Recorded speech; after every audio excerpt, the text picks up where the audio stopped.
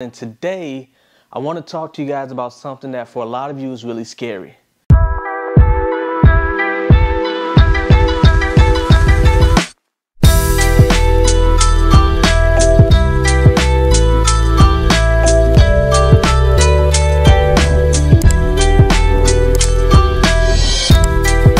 there, ladies and gentlemen. My name is Miles Brown, and today, I want to talk to you guys about something that for a lot of you is really scary. Right? And fears in general are just thoughts that we have in our mind that we've allowed to become roadblocks. What I want to do today is take that roadblock and move it to the side of the road so that you can drive through successfully. Today I'm going to talk about speaking, and more specifically, public speaking. Now I know just the thought of that for some of you is scary. Listen, I know that there are some people, if I handed you a microphone on a stage, you would freeze up like a popsicle. You want to know what to do. But today, it is my goal, my hope that you get through some of that, right? Because I'll be honest with you, speaking affects so many things. In fact, it's been said that speaking is the one thing that affects everything. So especially when it comes to being an entrepreneur, when it comes to excelling in a career or a field of any type, learning how to speak will be a big deal. All right. So, all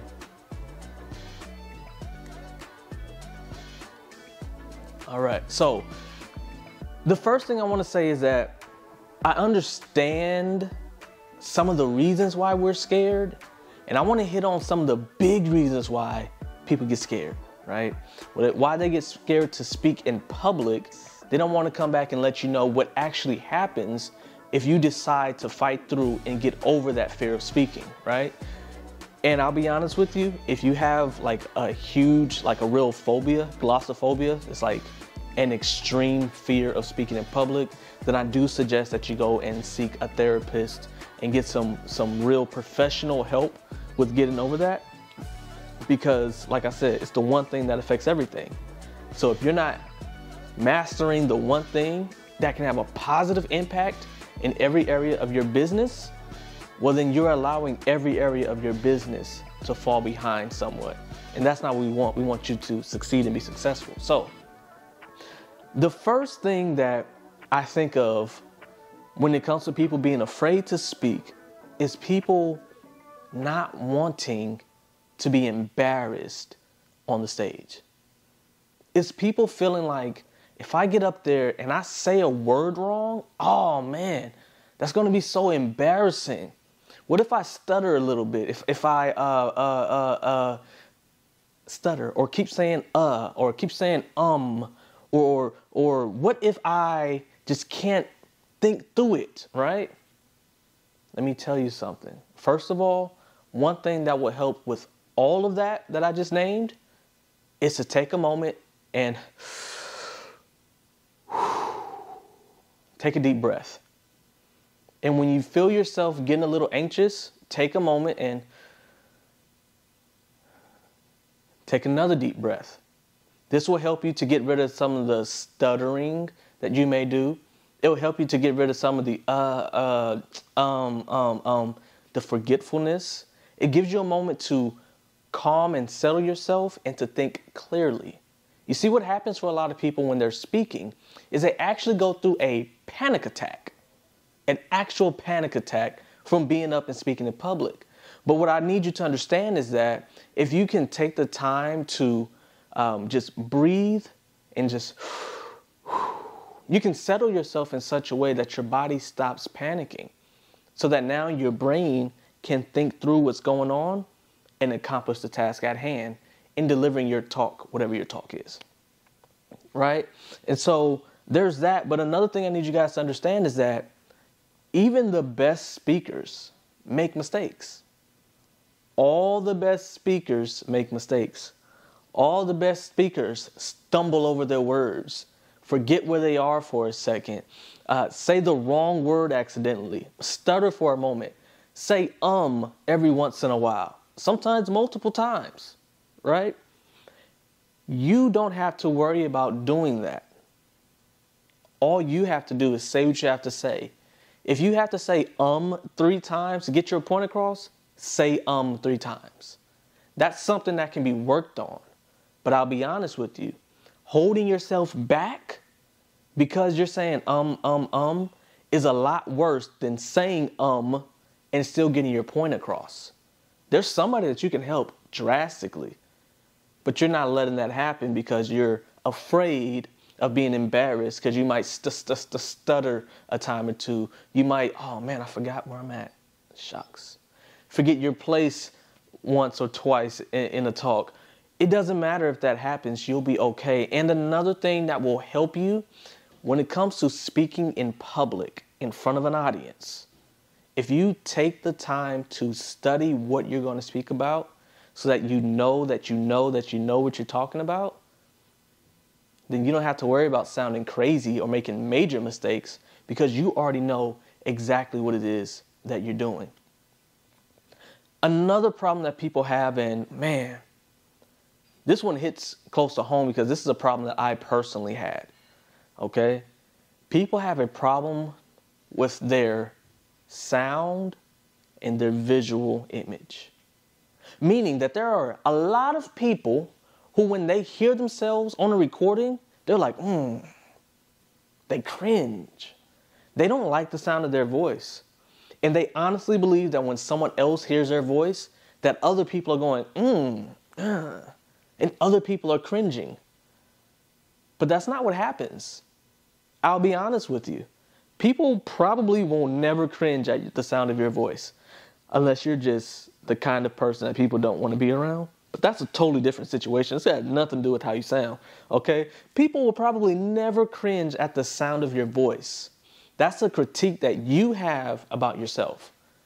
Other people, as long as you're saying what needs to be said, they'll probably be happy that you opened your mouth and you spoke. And you gave your knowledge, your information, your help, whatever help that may be. But we oftentimes think that, man, I need to sound like this. We think we need to sound like someone else. We think we need to have a different tone. We think we need to have a different delivery style. Truth of the matter is, the way that you speak is effective for somebody. And every speaker isn't for everybody. For example, one of the biggest speakers in the world who is a phenomenal at what he does, E.T. the Hip Hop Preacher, he's great, okay? No two ways about it. But he's not for me. His speaking style is not really for me. That doesn't stop him from being great. It just means that there's someone for everybody. And just because you don't sound like someone else, just because you don't have the same delivery as someone else, does not mean that you're not great. You are great. There's a greatness on the inside of each of us. I call it the juice. We all got it. But you have to be willing to put that on display for someone else. When you don't put your greatness on display for someone else, you hold someone else back. Because there are people waiting to see and experience our greatness to push them, motivate them, encourage them, and propel them forward. But if we don't put our greatness on display, some people don't get propelled forward. Or they don't go as far or as fast as they could. We are actively holding people back by not opening up our mouths. So that's the way we sound, but also the way that we look. The way that we look.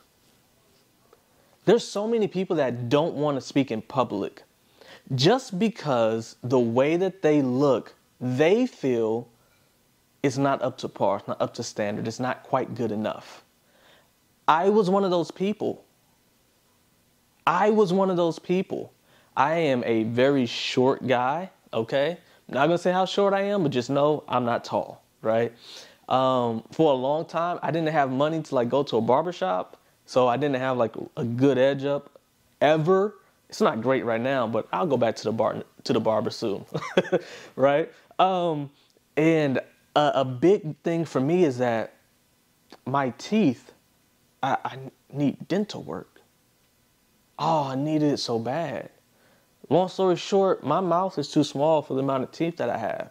So I have some teeth that grow in crooked, some teeth that are actually, if I'm honest with you, they're layered, right?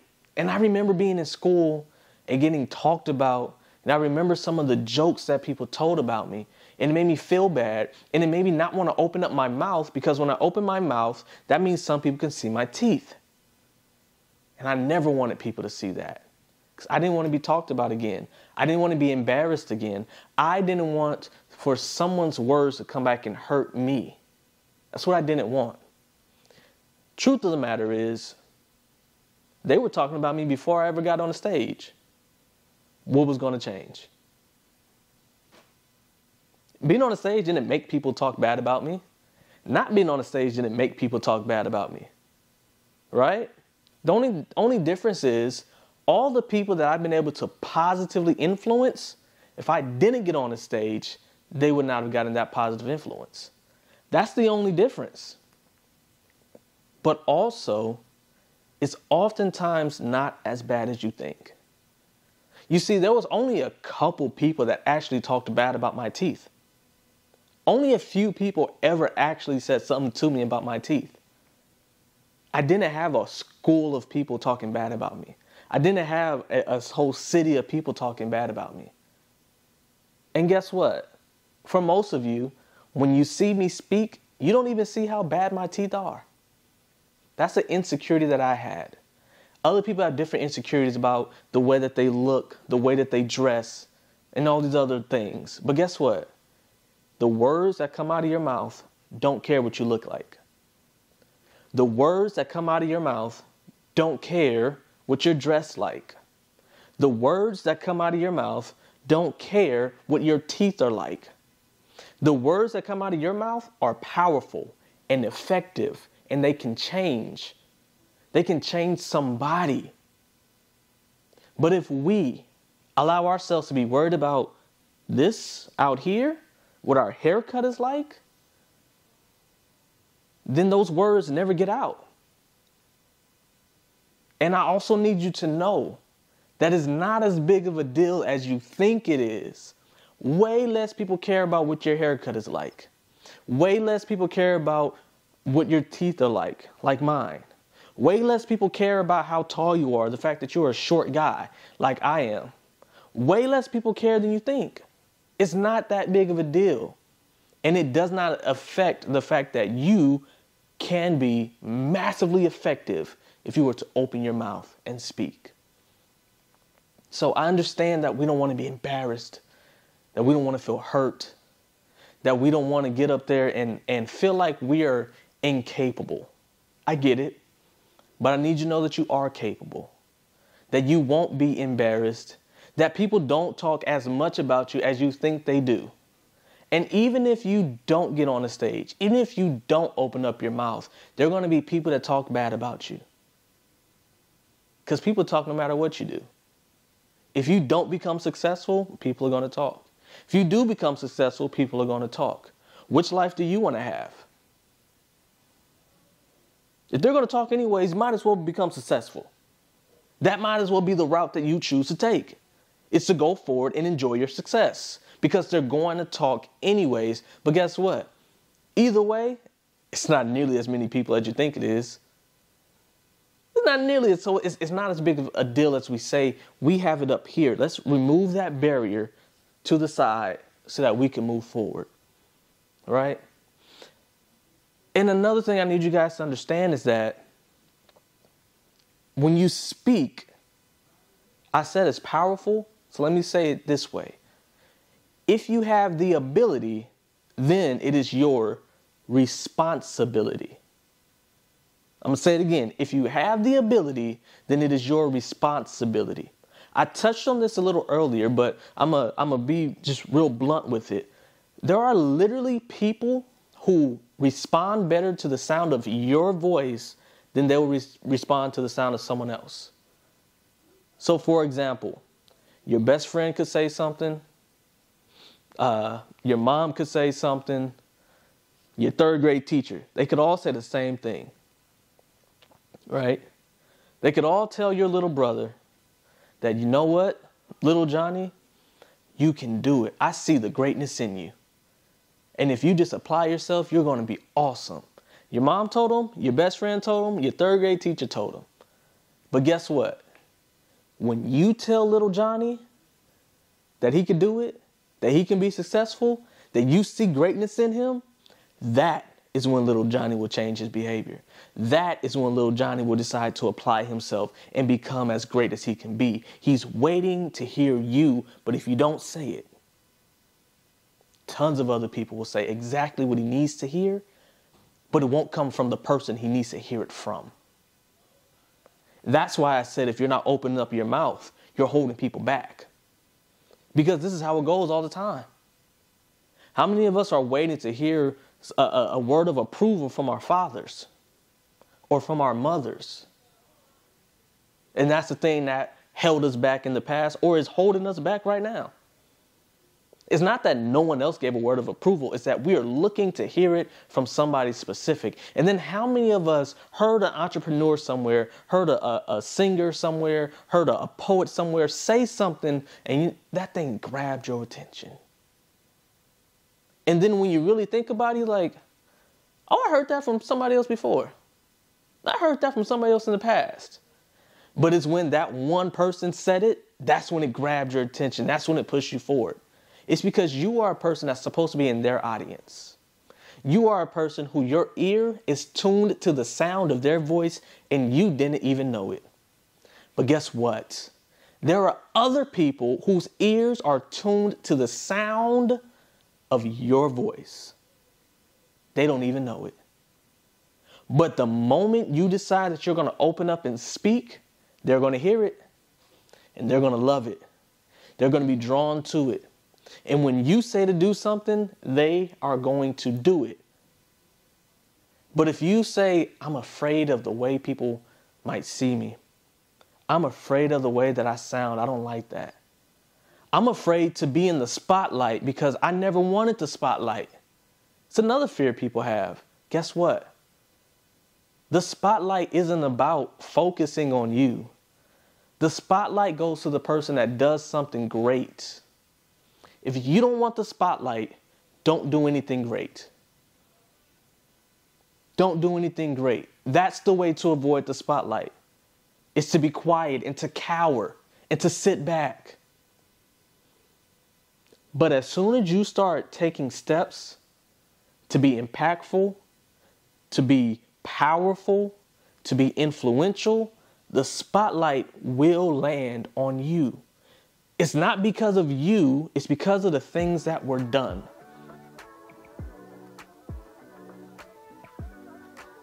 Don't run from spotlight.